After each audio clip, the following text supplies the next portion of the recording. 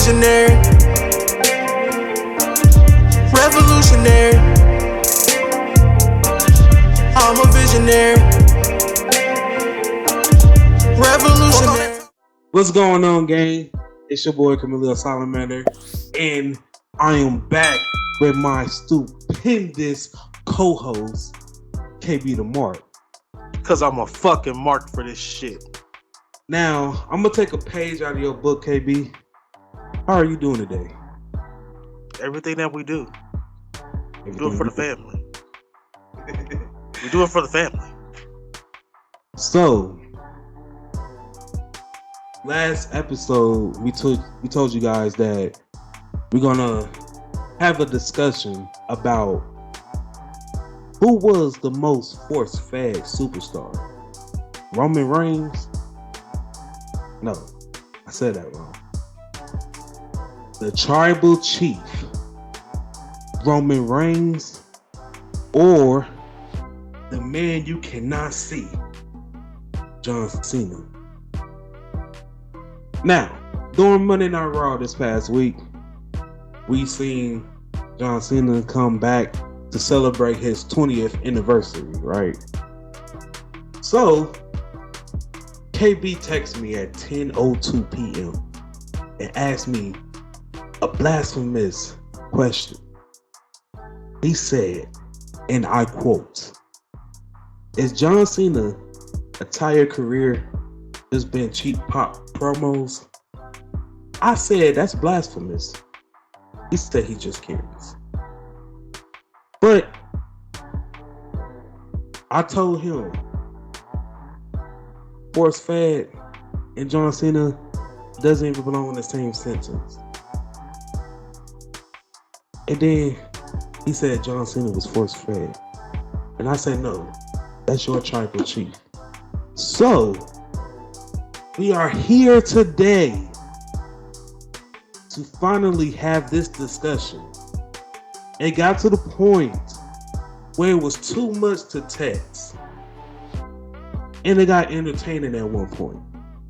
So, I'm like, let's hold off of it and let's discuss it in front of WBPTV family. So here we are. I'm going to open up my argument. We're going to start it off with John Cena's career. 2002,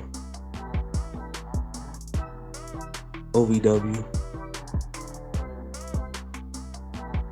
Ruthless Aggression era started.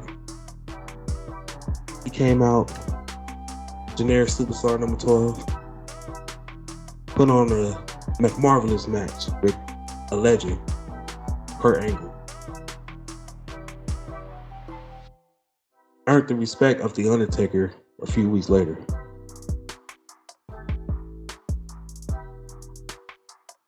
That character started to get washed up a little bit. He was on a bus or a plane, I can't remember which one. Stephanie McMahon heard him rapping. It was freestyle. So, that became his gimmick. Came out, he would freestyle, and then we all call him the Doctor of Thugonomics. That ran his course, he became United States champion and everything. And then it was time for him. He did his dues and everything. He's about to get fired. Came out with a character change. The fans loved it. He got rewarded. He became WWE champion. Then it got to a point where we was losing stars. Top stars was leaving. Top stars was hurt. John Cena, he carried WWE on his back. It got to the point where they didn't have nobody. On the 2010s, they really didn't have nobody. It was the same people. Shawn Michaels, until he had to retire. Triple H, Edge, Randy Orton, John Cena. That's really it. Then you got the up-and-coming stars. Oh, Chris Jericho, I will put him up there. And then you got the up-and-coming stars. You got the CM Punks. everybody who was up and coming. At that point in time, we already know WWE, we already know like they'll get somebody a push every now and then, but they mainly keeping that main title on the top star. So during this time, you really only had, and then the brand split and all that shit too. So at this time, you really only had 3 people that you was gonna get the title to: John Cena, Triple H, and Randy Orton. So during the 2010, the motherfucking 2016, that's who the belt bounced off the waist of. Now, when we talk about force fed, I don't think John Cena was force fed. He just had an opportunity of a lifetime that he took and just made it. Force fed is when we say we don't like it. We don't like John Cena. We love to hate John Cena. That's what it is. We love to hate John Cena. But we hated Roman. Like I said, being force fed. This is just something crazy too. Let me call this back. You remember where it was Team Cena versus the Authority at Survivor Series? Yes. You remember how Dolph Ziggler was a lone survivor and he basically eliminated the Authority, then 2 weeks later came back or whatever? Yes. You know Dolph Ziggler, that wasn't supposed to be Dolph. Supposed to be Roman. But he was hurt, which is why they made the change and shit too. But it just shows you, looking at his whole career now, it just and then adding on top of that, if he never was hurt, it just shows you, well, like, who was force fed? The Rock is the most beloved WWE superstar it is. Roman won the Royal Rumble. We did not want him to win. I think everybody was going for Daniel Bryan at the time. But we did not want him to win. He won. It was too early for one. But he won. Loudest boos ever. They thought sending The Rock out was going to help and turn them boos into cheers. The Rock is not used to getting booed. Even when he's a heel, he still get cheered. So, him coming out, holding his cousin's hand, and they still booing, that just shows you something. I mean, it's certain, like being force-fed, I would say the two have a lot in similar. Like, similarities, a lot. And I would say, you know how many times we done seen Brock and Roman, but you could compare the same times we done seen Randy Orton and John Cena. That's that rivalry. Like, Brock is Roman's greatest rival, just like Randy Orton is John Cena's greatest rival for real. But being force fed is Roman all the way. Just look at his career from beginning to end and shit. Like, what is he going on 500 days being Universal Champion? That's what I mean. They got similarities because John Cena held what? Now he only held the WWE title for a year or a little over a year during that point in time when he was the WWE champion, like 2006, that era, 2006, 2007. I don't know. I don't know about being force fed. I think that's Roman, man.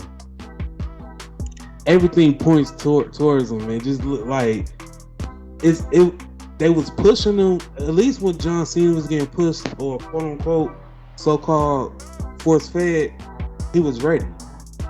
It showed him the in-ring work, mic skills, popularity. It was shown. But Roman, on the other hand, when he was getting pushed, it was obvious he wasn't ready. He wasn't mic ready. He wasn't in-ring ready. He wasn't nothing. Only thing he really got, that the reason why we know him is because one, he's the Rock cousin during this time before he made a name for himself, but he was the Rock cousin and then he was part of the Shield. But out of everybody from the Shield who should have got a super push, should have been Seth.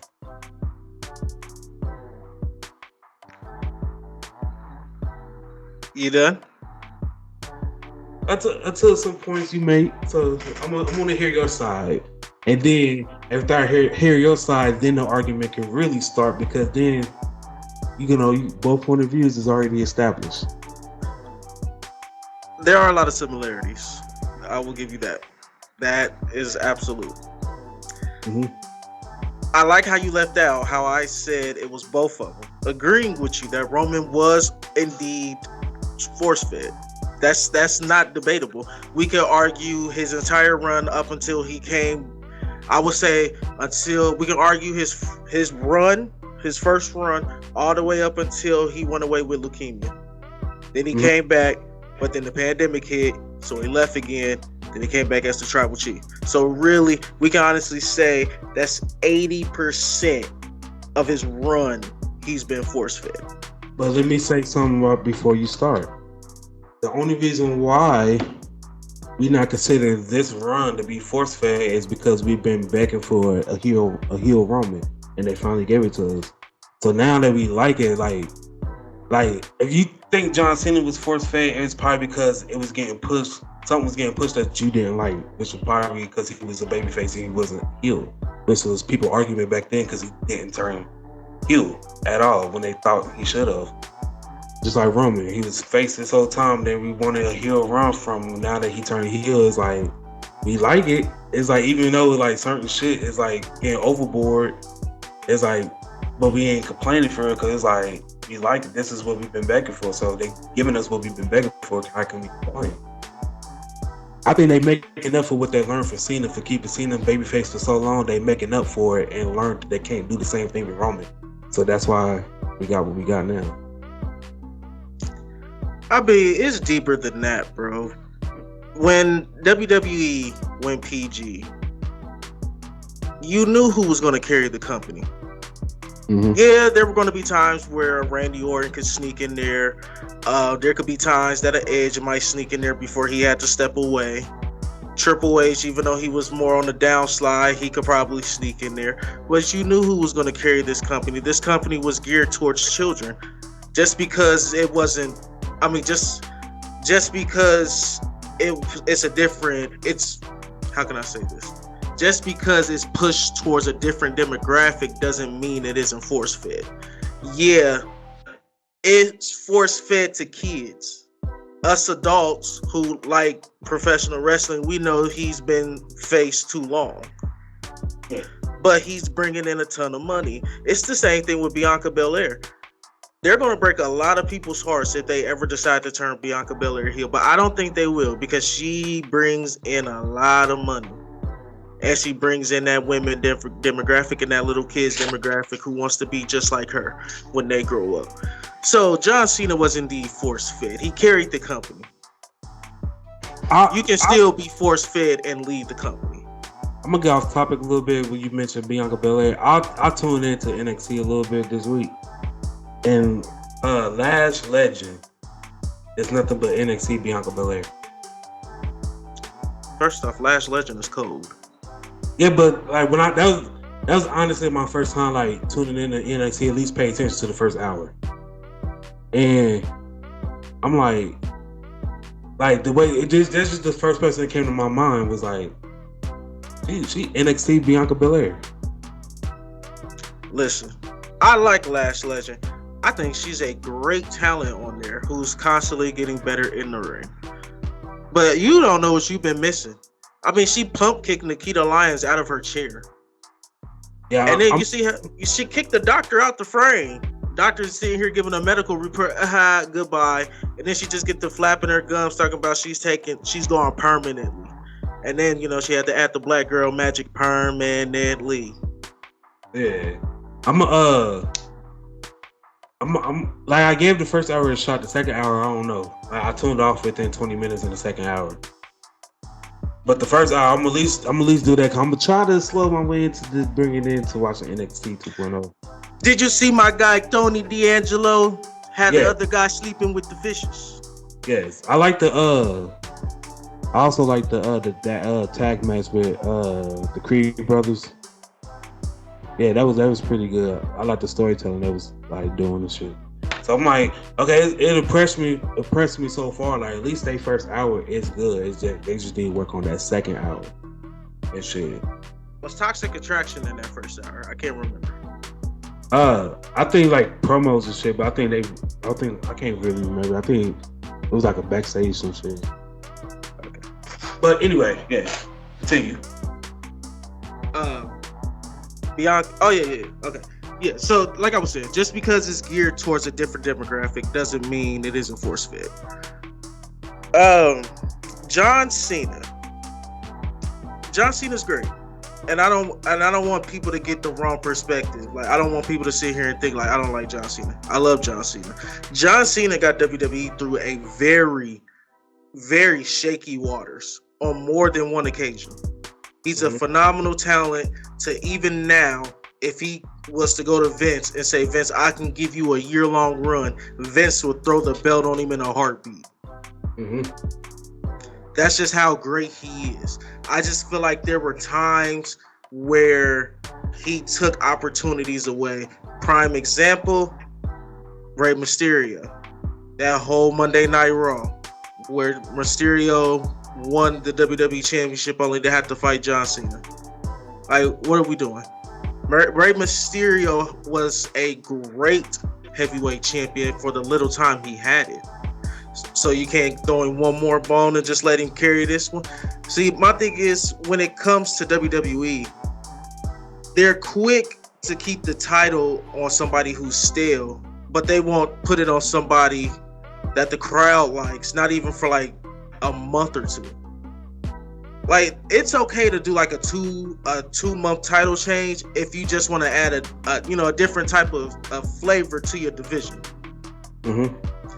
If the storyline allows it to happen and that guy is over with the fans, you can absolutely do a title change and he can have a 1 month or 2 month title reign. It doesn't have to be long. And that was always my problem. I mean, but I can sit there in the same breath and say he put over The Miz when he definitely shouldn't have. If there was ever a match for Cena to lose, if there was ever a match for Cena to win, it'd be that one. Because why is The Miz beating John Cena at WrestleMania? That don't make sense. You know, I like to go back when you were saying what he did to Rey Mysterio. Like, a lot of people should have touched titles and stuff, but a lot of people do that. You gotta think about when John Cena was in his prime at that time too. So it was like, when you in your prime, a lot of people do things like that. Just think about like Roman. Roman want to go Hollywood, so what's the point of keeping the belt on him now? Like, they wasting time from great young stars to touch that title, i.e. Cesaro, doing that feud, Shinsuke, so forth and so forth. So I mean, it's kind of like the same thing though. Yeah, I mean, Murphy. We can sit here and argue and debate and say there are a lot of people who should have touched gold. But I just think when we sit here and talk about John Cena, he is one of the greats. I don't mind that he's tied with Ric Flair, but can we really sit there and look over his history and say, he shouldn't have won there. Yeah, he shouldn't have won there. And I know we can go back and do that with Roman, because I don't think Roman should have beat Seth Rollins at Money in the Bank 2016 when Seth Rollins came back from his ACL tear. That's everybody's title career. You gonna go through everybody's career and be like, damn, they shouldn't have won that time. During this time when he was champion, they should have given it to this person. That's everybody. Triple H, you can go through the same thing with him. You'll be like, during this time, like, just think about when they first did the draft and Brock went over to SmackDown. Eric Bischoff came out with the WCW title that they newly converted to the WWE World Heavyweight title. And he just handed the shit to Triple H. What Triple H did to get the championship? He didn't have no match or nothing. He just got handed the belt. So it was like, during that time, you could say, oh, they could have did a tournament and they could have been a chance for a younger person to end up capturing the title and so forth and so forth. So, I mean, I think it's like that with everybody's career. Like Chris Jericho, you can say that about his, like he shouldn't have won the title this time, or he should have kept it longer or whatever like that. So it's everybody. The thing is, I think the most important thing, but at the end of the day, when you decide to hang it up, what people think of you. Because right now, we can say, oh yeah, like how we were saying with Undertaker, when he first lost his WrestleMania streak, he was all, but now that we officially know that Undertaker's retired, first thing that come to your head, first thing that come to mind when you just hear the Undertaker. to me, it's the greatest of all time. I would say Undertaker is the greatest gimmick wrestler of all time. Now, greatest professional wrestler, debatable. Greatest character reinvention is Jericho. Where were you going with this in regards to John Cena being overpushed? I was just saying, I was just talking. Sounded good though. Nah, you're fine. I just wanted to make sure. I'm trying to get the correlation. But honestly, we can sit here and nitpick. We can sit here and nitpick, but isn't that what we do as wrestling fans? I mean, we can sit here and nitpick and be like, somebody shouldn't have been pushed here, somebody should have been pushed there. That goes both sides. But I just feel like when John Cena was carrying the company on its back or on his back, I just feel like we could have put somebody else over. It was always John Cena being put over. Or if it wasn't John Cena, it was Edge. If it wasn't Edge, it was Randy. If it was Randy, it was Triple H. What young talent were we really putting over back then?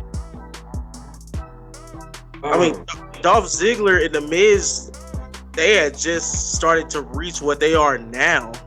And they really haven't even changed from where they were back then. I think overall, the same people that was booing John Cena now, I think now in John Cena's career, he's more appreciated and stuff. Because just think about, like I was saying, we was all cheering for him. Then it's like we started booing him at one point. But it's like we booed him because we love to hate him. And it's like the same people that's booing him now is the same people that's cheering him. The same people that was booing him was the younger kids and everything. And now them younger kids is growing up now with kids of their own. So now they cheering them because their kids is cheering for them. So it's the same thing. It will all go in a circle. I guarantee you, John Cena, 20 more years from now, I guarantee it will probably be the opposite reaction. John Cena will probably be a 20-time WWE champion by this point. He stayed in tremendous shape. And I'm telling you, probably for 20, he'll probably be able to have a career as long as The Undertaker did. So there's no telling where he would be at from there. I'm just waiting for that moment where they finally decided to pull the trigger and have him officially beat Ric Flair title rings. Title rings, I should say, become 17 times. I already told you my theory about that, did I? Mm-mm. Randy Orton is a 14-time champion, so he needs to win it 2 more times. Yeah. So I have Randy Orton get 2 more title wins. Next year's WrestleMania, we do Randy Orton versus John Cena. But Seth Rollins cashes in and robs both of them. Because in there, they will both be retiring after that. So it would literally be a battle between those two to see who would get number 17.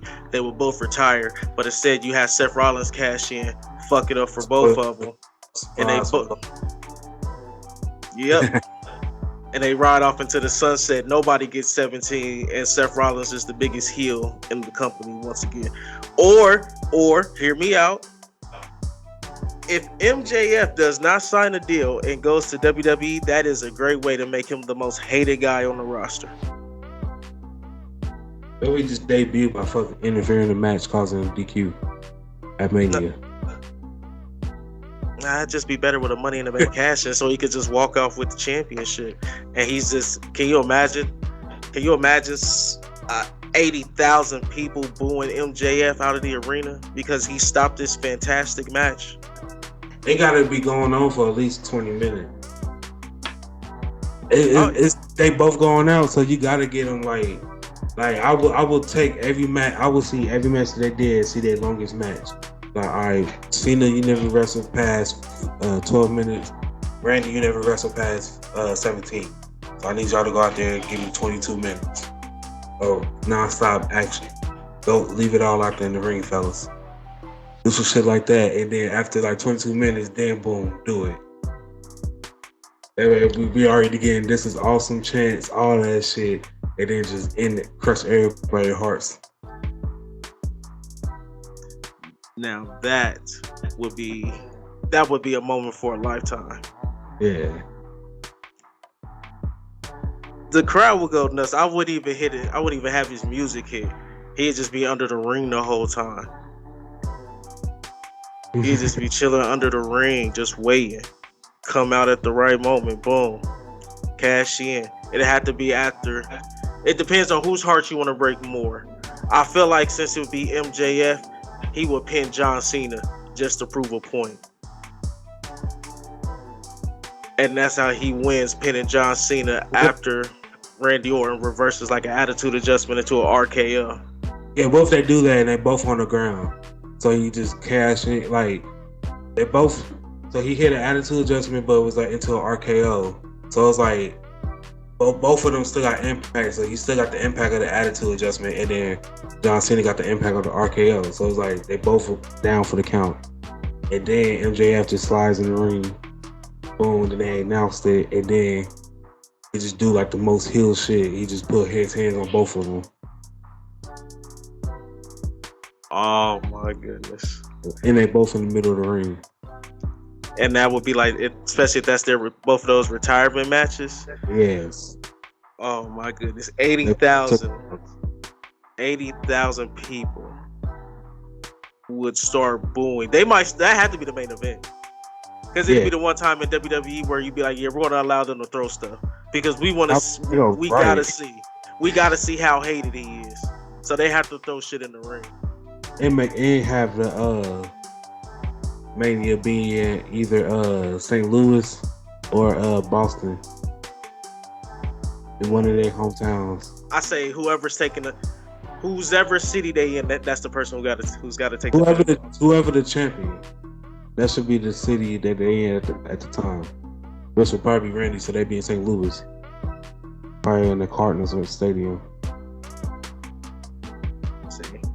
Yeah.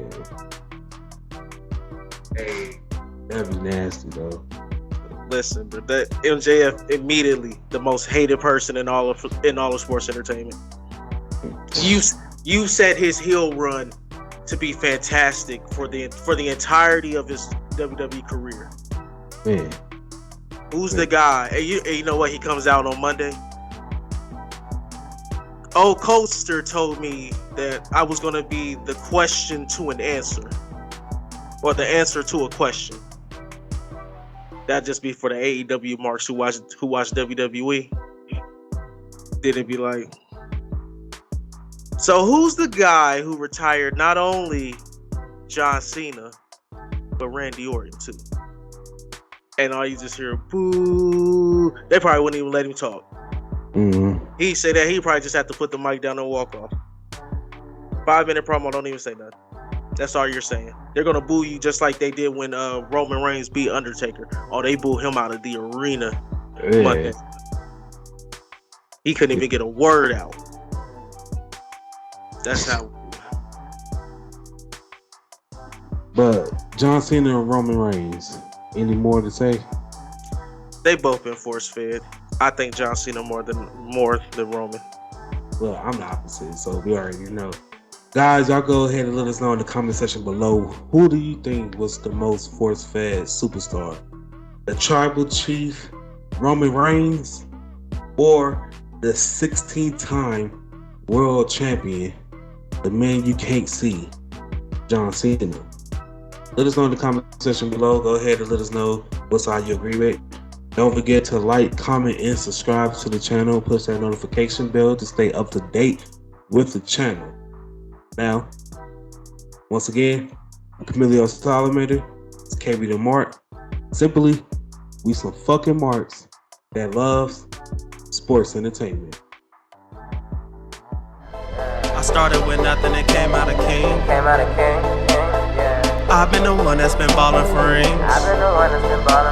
It's been me and my team and we chasing the green. My team be the shit, we ain't ballin' for free. My team be the shit, we ain't ballin' for free.